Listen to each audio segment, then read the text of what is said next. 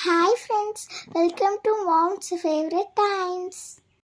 இன்றைக்கி நம்ம சேனலில் நல்ல டேஸ்டியான ஒரு தக்காளி சாதம் ரெசிபி எப்படி பண்ணுறதுன்னு பார்ப்போம். இது நல்லா உதிராக பிரியாணி மாதிரி இருக்கும். இதுக்கு ஒரு குக்கரில் கொஞ்சம் எண்ணெய் ஊற்றிக்கிறேன், 1 டேபிள் ஸ்பூன் நெய் ஊற்றிக்கிறேன். கூடவே பிரியாணி இலை, ஒரு சின்ன பீஸ் பட்டை, 2 கிராம்பு, கொஞ்சம் சோம்பு, இதெல்லாம் நல்லா பொரிஞ்சதுக்கப்புறம் 2 வெங்காயம் வந்துட்டு நல்லா நீளமாக கட் பண்ணது ஆட் பண்ணிக்கிறேன். இது நல்லா வதக்கி விடலாம். கூடவே 2 பச்சை மிளகாய் ஆட் பண்ணிக்கிறேன். கொஞ்சம் புதினா ஆட் பண்ணிக்கலாம். அந்த புதினா வந்து நமக்கு ஒரு பிரியாணி ஃப்ளேவர் கொடுக்கும். கூடவே இஞ்சி பூண்டு பேஸ்ட்டு 1 டேபிள் ஸ்பூன் ஆட் பண்ணி இதை நல்லா வதக்கிக்கலாம். நான் இன்றைக்கி 4 தக்காளி எடுத்துக்கிறேன். இதை நல்லா டொமேட்டோ பேஸ்ட்டாக அரைச்சி அதையும் இதோட ஆட் பண்ணிக்கலாம். இது நல்லா வதக்கி விடலாம். இதில் உள்ள எண்ணெய் எல்லாம் நல்லா பிரிஞ்சு வந்துடும். இந்த ஸ்டேஜ் வரையும் நல்லா நம்ம அதை வதக்கி விட்டுட்டு கொஞ்சம் உப்பு ஆட் பண்ணிக்கலாம்.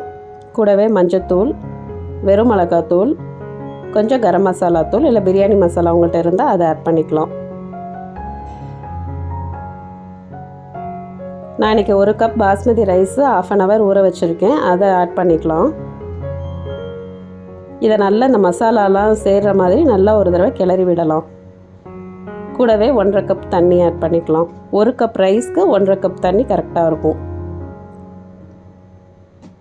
இது நல்லா ஒரு கொதி வந்ததுக்கப்புறம் நீங்கள் உப்பு டேஸ்ட்லாம் பார்த்து மூடி வச்சுட்டு 2 விசில் விட்டு 5 நிமிஷம் விட்டு எடுத்துருங்க. இப்போ நீங்கள் ஓப்பன் பண்ணால் நல்லா உதிராக பிரியாணி சுவையில் தக்காளி சாதம் கிடைக்கும்.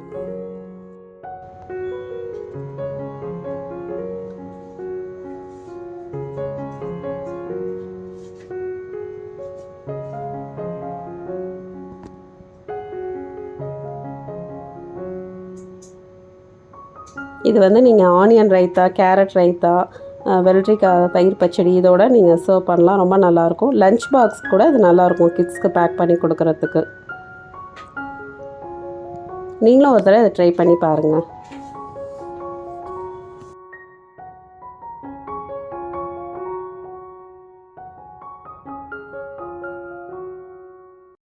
Thanks for watching friends.